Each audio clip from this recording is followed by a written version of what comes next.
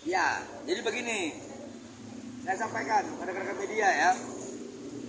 Seandainya kalian ini melancong di luar negeri, lalu kemudian ada tetangga kalian, mertua ataupun yang cowok ya, selingkuhannya nitip oleh-oleh gitu kan. Nah pertanyaannya, apakah oleh-oleh itu harus mendapatkan izin resmi? Seperti itu. Ya, apakah oleh-oleh yang kalian bawa dari luar negeri harus mendapat izin resmi? Kan enggak kan? Nah contoh, Dokter Andreas klien kami itu ketika dia ke Bangkok kemudian dia membawa titipan itu kan tidak harus mendapatkan izin ya seperti itu. Artinya istilah BPOM Bangkok itu akan sebutan daripada si dokter itu sendiri ya seperti itu.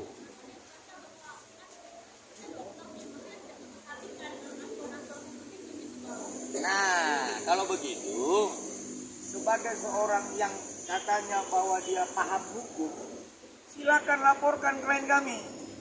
Seperti itu. Jadi jangan suap-suapnya di media sosial, ya, membangun opini, menyudutkan, menyalahkan dan sebagainya. Silakan laporkan klien kami bahwa dia telah melakukan tindak pidana. Kami tunggu. Siap dong. Tapi sampai sekarang nggak dilapor-laporin. Artinya ini kan hanya hoax saja begitu. Kita tunggu. Seperti itu. Lagi? Ada lagi nggak? Ada lagi?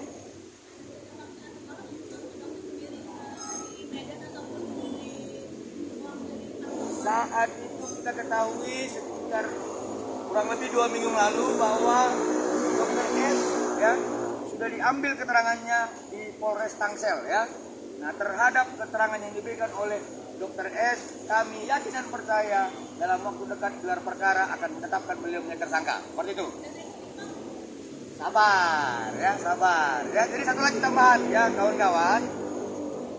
Selain klien kami Dr. Andreas, kami perlu menyampaikan juga ya tuduhan-tuduhan yang disampaikan kepada klien kami Dr. Reja Gladys ya terkait ada pertemuan di Komisi 6 ya tadi itu perlu kami sampaikan bahwa klien kami tidak pernah membuat permohonan rapat dengar pendapat umum. Satu. Nah kalau kemudian ada undangan ke klien kami memang belum tahu sebagai kuasa hukum. Yang ketiga ya bahwa terhadap rapat dengar pendapat umum sebenarnya itu dipergunakan oleh Komisi 6 atau komisi lainnya di DPR RI sebagai pengawasan terhadap pemerintah yang tidak melaksanakan undang-undang dan regulasi ya. Tetapi kalau kemudian mempertengkarkan kelompok-kelompok masyarakat yang sedang bertikai, Komisi 6 ini kan bukan persidangan ya, bukan persidangan. Kalau ada kelompok-kelompok yang keberatan, nah seharusnya Komisi 6 menghadirkan kelompok yang keberatan, kemudian menghadirkan pemerintah yang tidak melaksanakan kewajibannya sebagaimana ketentuan konstitusi, maka lahirlah sebuah rekomendasi, lalu berdasarkan rekomendasi tidak lanjuti. Kalau klien kami salah, silakan kami hadapi. Jangan ngomongnya di medsos terus seperti itu, ya. Ada lagi? Ya. Cukup. Ya. Sebagai tambahan ya, supaya kalian tenang ya.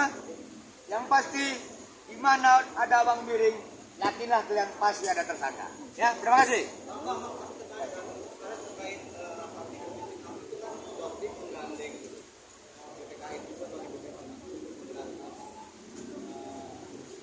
Ya. Anggapan abang gimana? Baik, jadi begini.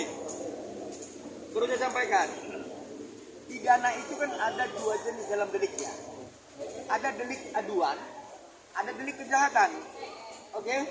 Terhadap delik aduan yang dibicarakan di Komisi 6, silakan kalau ada masyarakat atau konsumen yang keberatan yang sudah menjadi korban, laporkan. Ya, tapi yang saya lihat di situ pembahasannya lebih kepada delik kejahatan. Ya, jangan membawa undang-undang konsumen, tetapi pembuktian peristiwa hukumnya mengarah kepada Undang-Undang 17 tahun 2003. Ini perlu saya sampaikan dan luruskan itu. Jadi jangan sesat hukum kita di Indonesia, seperti itu ya. Berarti juga membawa korban juga bang, komisi 6 bang, memang ada gitu bang yang Keren. Kalau ada korban, ya kalau ada korbannya, saya sampaikan di dalam Undang-Undang Nomor 8 tahun 9 di pasal 62 dijelaskan, ya terkait pasal 8, 9, 10 dan seterusnya. Kalau ada korban yang sudah menjadi yang dikorbankan terhadap produk skincare, baik volumenya, kadarnya, berat badan dan sebagainya, laporkan, adukan dalam gugatan perdata di BPSK. Ya, seperti itu. Kemudian setelah terbukti, baru ini menjadi alat kita untuk mempidanakan yang punya produk skincare, bukan ngelaporinnya ke Komisi 6. Tapi kalau kemudian sudah membuat aduan gugatan perdata di BPSK, lalu kemudian pemerintah dalam hal ini BPSK tidak menindaklanjuti, Komisi 6 bertindak seperti itu. Ini belum apa-apa laporan kok Komisi 6. Kan aneh jadi seperti itu ya. Oke, ada lagi? DPR kan mengindikasikan akan sini bakal skincare nih. Mungkin abang dari produk skincare juga mungkin ya. Setuju gak dengan apa yang dari? Oh, setuju dong. Setuju dong. Artinya kami lebih melihat bahwa yang mempunyai kompetensi dalam hal ini dan kedudukan hukum adalah Komisi 9. Ya, mitra Komisi 9 adalah Badan POM dan Menteri Kesehatan. Derivat dari semua ini adalah Undang-Undang Kesehatan dan Peraturan BPOM. Jadi kalau kemudian ada ketentuan-ketentuan yang salah terkait produk klien kami lebih melihat potensialnya di Komisi 9 bukan di Komisi 6 seperti itu.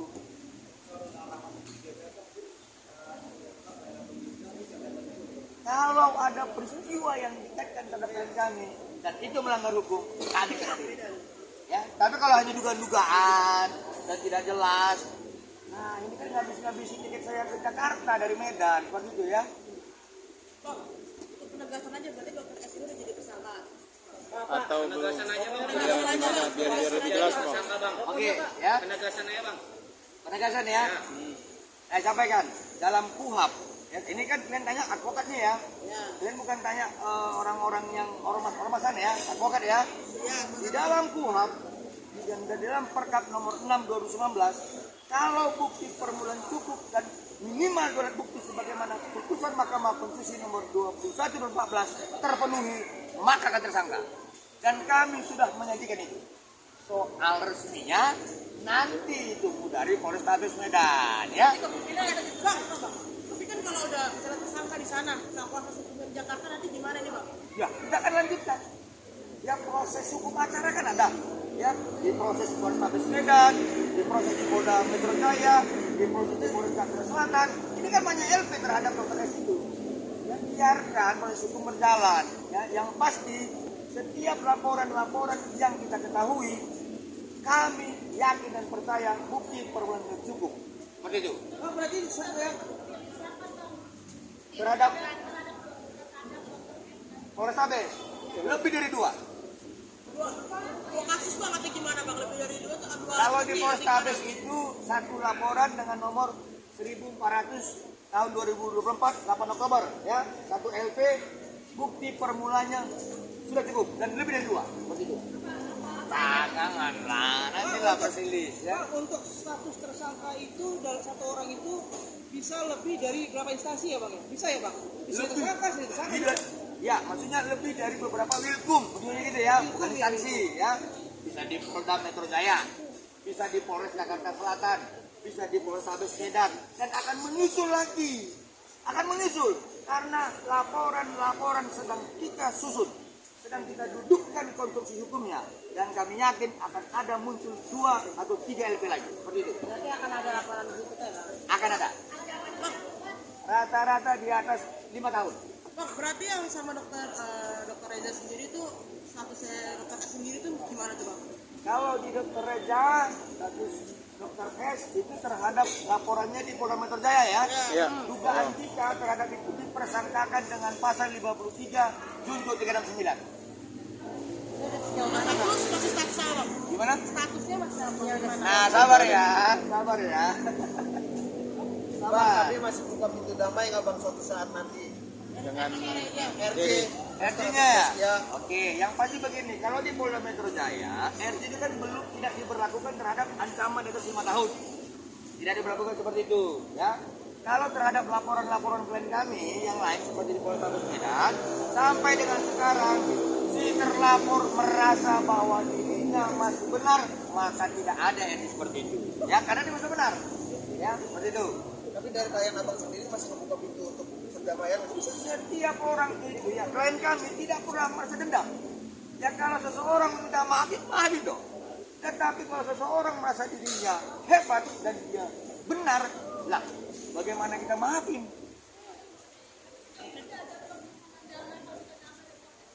Belum dong. Orang dia merasa bahwa benar dan akan mau mencari klien kita. Dia bilang bahwa klien kita itu kotoran dan setiper dan itu salah. Kan nggak mungkin dia minta damai. Silakan dituliskan, kita hadapi. Seperti itu.